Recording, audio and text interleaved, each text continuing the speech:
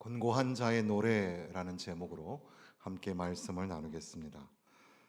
오늘은 추수감사 주일인데 감사를 깊이 묵상할 수 있는 그런 계절입니다. 그런데 조금 다른 관점에서 감사를 또 생각해 볼 수 있지 않을까? 그래서 오늘 시편 69편의 말씀을 선택하게 되었습니다.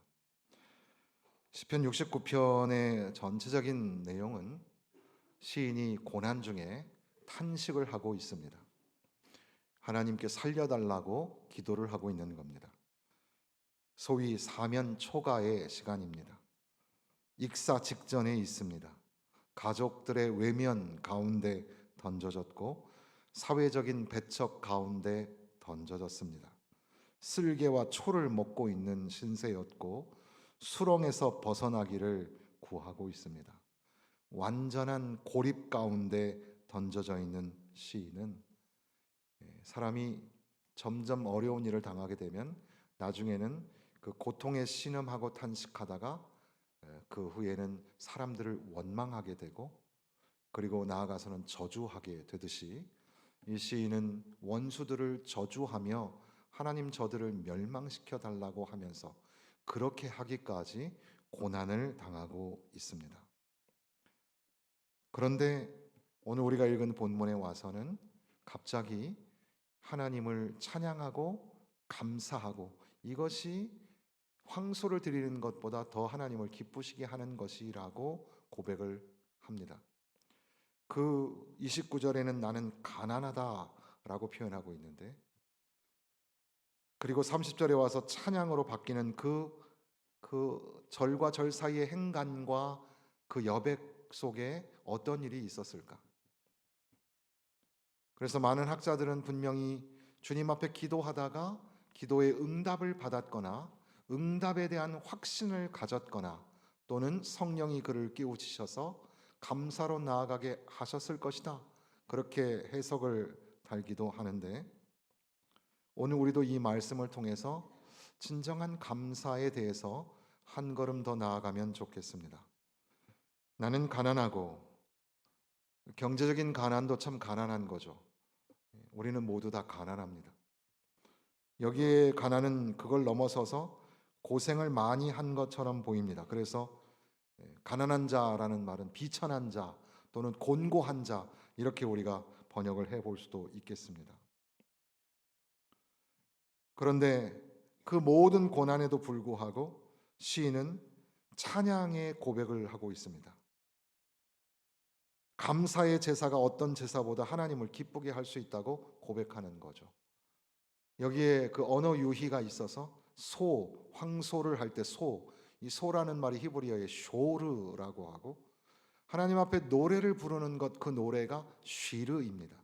쇼르와 쉬르를 소리를 내면서 그렇게 뿔과 굽이 있는 그런 짐승을 그러니까 번제로 드리는 제사용 짐승이죠.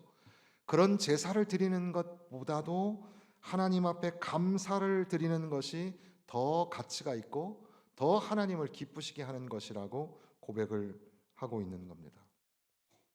이러한 시인의 이 극적인 감사의 고백이 오늘 또 다른 사람들에게 위로가 되는 거죠. 그래서 이 마음이라는 단어를 생각해 보게 되면 20절 말씀에 보면 비방이 나의 마음을 상하게 했다라는 말이 나옵니다. 우리 마음이 상하는 거죠. 그런데 이렇게 시인이 하나님 앞에 감사를 드림으로 인하여 32절에 보면 곤고한 자가 이를 보고 기뻐하나니 하나님을 찾는 너희들아 너희 마음을 소생하게 할지어다.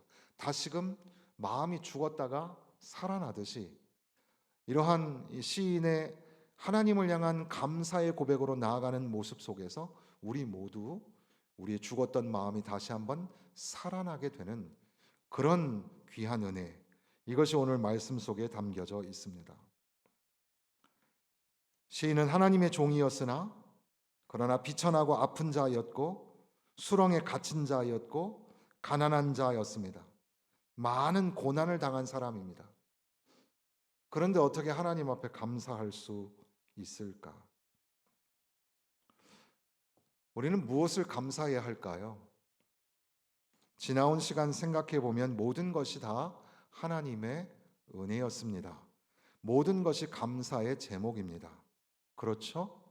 그런데 그렇지만 때로는 감사할 것이 없는 것 같을 때도 있지 않습니까? 우리나라 한자의 고자가 고난, 고통, 고독, 고립, 고해, 우리가 지나가고 있는 인생의 그 시간이 참 감사할 것이 하나도 없는 것처럼 보이지는 않습니까? 탄식을 합니다. 너무 아파서 살려달라고 부르짖습니다. 사람이 너무 힘들면 말이 안 나올 때가 있죠. 말을 잃어버립니다. 침묵을 하는 겁니다. 기가 막혀서. 그리고 나서 원망도 하고 저주도 합니다. 감사를 잃어버린 시간.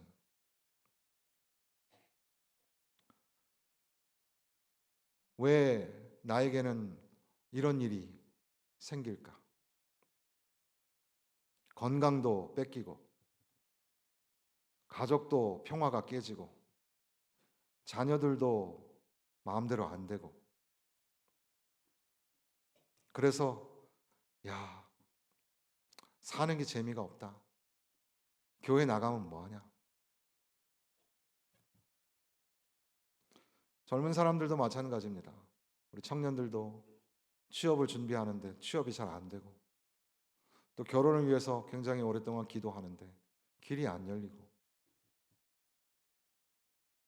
대학 입시를 치르는 자녀들, 부모님들 고생 많이 하셨는데 공부가 뭐 뜻대로 되나요?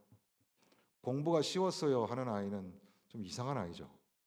대다수의 모든 사람들은 공부가 어렵습니다. 마음대로 척척 답이 나오는 게 아니거든요. 그러니 원하는 그런 대학에 못 들어가니까 얼마나 실망이 되겠습니까? 자신감을 잃은 아이, 그러나 또 뒤에서 먹이고 입혔던 부모는 또 속이 터지죠. 비교하면 안 된다, 비교하면 안 된다 하면서 왜 저 집은 잘 되는데 왜 우리 집은 안 될까? 감사할 게 하나도 없는 거예요. 감사를 잃어버린 시간. 여러분의 시간 속에 감사가 계속 지속되고 있는지, 또는 감사를 잃어버려 가고 있는지 한번 생각해 봐야 합니다. 어떤 글에 보니까 감사를 회복하려면 몇 가지 방법을 소개하는데, 첫 번째는 감사 노트를 써라. 우리도 지금 오후 행사와 맞물려서 뒤에 나가시다 보면 감사나무에다가 여러분의 감사 제목을 써는 것이 있습니다. 아직 쓰지 못한 분들 좀 써서 한번 달아보세요. 감사를 회복하려면 감사 노트를 써봐라. 한번 써보라는 거죠. 쓰기. 그리고 두 번째 방법은 감사를 말하라. 감사합니다라고 고백하는 거죠. 한번 해보시겠습니까? 감사합니다. 감사합니다. 우리가 잘하는 것 같지만 잘 못하는 게 감사죠. 그래서 하나님께도 하나님 감사합니다. 하나님 감사합니다. 그리고 옆에 우리 사람들에게도, 가족들에게도, 부모님에게도 참 고맙습니다. 우리 자녀들에게도 고맙다. 고맙다. 그리고 세 번째는 감사의 기도를 드려라. 그래서 이 거룩한 쓰기, 거룩한 말하기, 그리고 나서는 감사의 기도를 드리는. 기도는 내가 말하는 것이지만 동시에 듣는 거이기도 하죠. 그래서 하나님께서 그래, 내가 너 힘든 거 안다. 그렇지만 내가 너와 함께 하지 않느냐. 내가 너를 사랑하여서 내 사랑하는 독생자를 너에게 주지 않았느냐. 그렇게 쓰고 읽으며 듣고 말하며 감사를 다시 한번 회복해야 되지 않을까. 김은주라는 시인이 전문인 선교사이시기도 한데 감사만이라는 그런 시를 썼습니다. 우리 교회에도 시인 집사님 장로님이 계셔서 이따 오후에 또 시를 또 낭독하는 낭송하는 시간도 있다고 하는데요. 이 감사만이라는 제목입니다. 가슴 시려도 기도하게 만드니 감사. 못난 마음이 더 어그러져도 깨쳐서 새것 만드니 감사. 만질 수 없어도 영혼이 만나니 감사. 당장 비전이 보이지 않아도 인내하게 만드니 감사. 좁다란 생각으로 망쳐도 부서져서 넓은 마음 만드니 감사. 아무것도 할 수 없어도 주님만 바라니 감사. 감사할 수 없는 조건에도 감사를 하게 만드니 감사. 감사만이 영혼이 깨어 주님과 하나 된다네. 다니엘서 6장 10절에 보면 전에 하던 대로 하루 3번씩 무릎 꿇고 기도하며 그의 하나님께 감사하였더라. 다니엘과 세 친구들은 지금 자기의 나라가 멸망하게 되고 포로로 먼 이방 나라에 끌려온 신세입니다. 그러나 전에 하던 대로 하루에 3번씩 무릎을 꿇고 기도하며 그의 하나님께 감사하였더라. 요나서 2장 9절에 보면 나는 감사하는 목소리로 주께 제사를 드리며. 요나는 바다에 던져졌고 물고기 뱃속에 들어가서 녹아져 버릴 신세였습니다. 그런데 그는 감사하는 목소리로 주께 제사를 드린다고 고백하는 겁니다. 작은 보리떡 5개와 물고기 2마리, 이것을 들고서 예수님께서는 감사 기도를 하셨고 그것을 나누어 주셨습니다. 비록 너무나 부족하고 작은 것이었지만 하나님 앞에 감사하며 나누어 주신 겁니다. 시편 69편의 시인은 비천하고 아픈 자였습니다. 삶이 가난한 자였습니다. 그런데 깨달았어요. 확신이 들었어요. 황소를 드리는 것보다 하나님을 기쁘시기에, 감사를 하는 것이 하나님을 기쁘시게 한다는 사실을 깨닫게 된 겁니다. 여러분, 우리는 무엇을 감사할까? 감사할 게 있어야죠. 건강을 주시면 감사, 건강을 안 주시고 건강을 빼앗아 가십니다. 사실 우리도 다 연약한 존재, 속물이라 물질 주시면 감사, 물질 안 주시면 어떻게 하죠? 자녀들이 정말 잘 자라주고 지혜와 총명을 갖고 하는 일들이 잘 되고, 큰 자녀든 어린 손주든 자녀들이 잘 되는 게 우리의 꿈인데 왜 자녀들이 잘 안 될까요? 그럴 때 우리는 감사할 수 있을까? 또 안 좋은 일은 항상 겹쳐서 일어나죠. 왜 남의 집에는 호사가 계속 있는데 우리 집에는 어려운 일들만 있을까? 뭘 감사할 수 있겠어요? 내게 생명 주신 예수, 그 사랑, 그 은혜, 여기까지 나를 이끄신 은혜와 사랑. 그래서 어떻게 보면 이 감사절은 우리가 사실 농사를 짓는 것도 아니죠.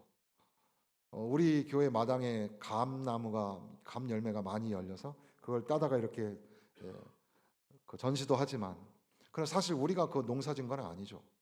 그러니까 200년 전에, 250년 전에 아메리카 대륙에서 추수감사절이 시작되는데 그런 그 수확물을 얻어서 감사한 그 추수감사와 오늘 우리의 감사는 사뭇 다르긴 할 겁니다. 그러나 한번 반대로 생각해 보면 왜 우리에게 매번 이 감사절을 주시는 걸까?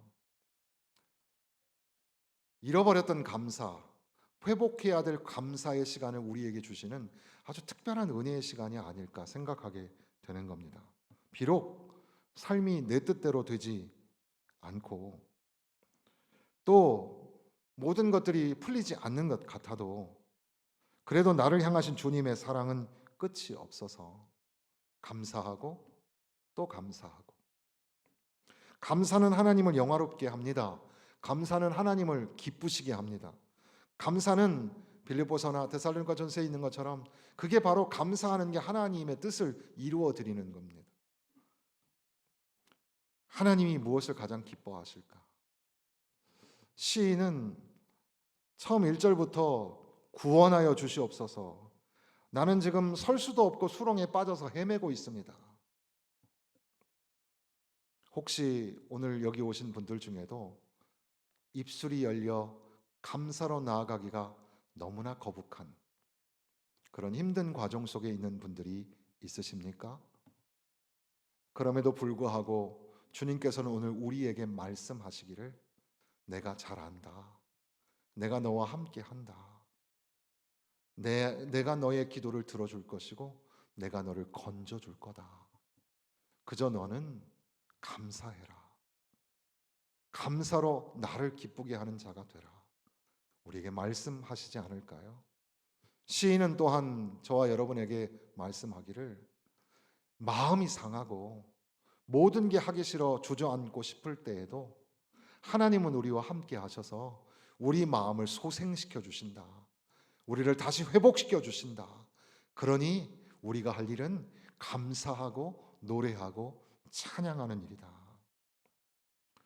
감사절을 지나면서 나는 무엇을 감사할까? 감사의 제목을 다시 한번 발견하고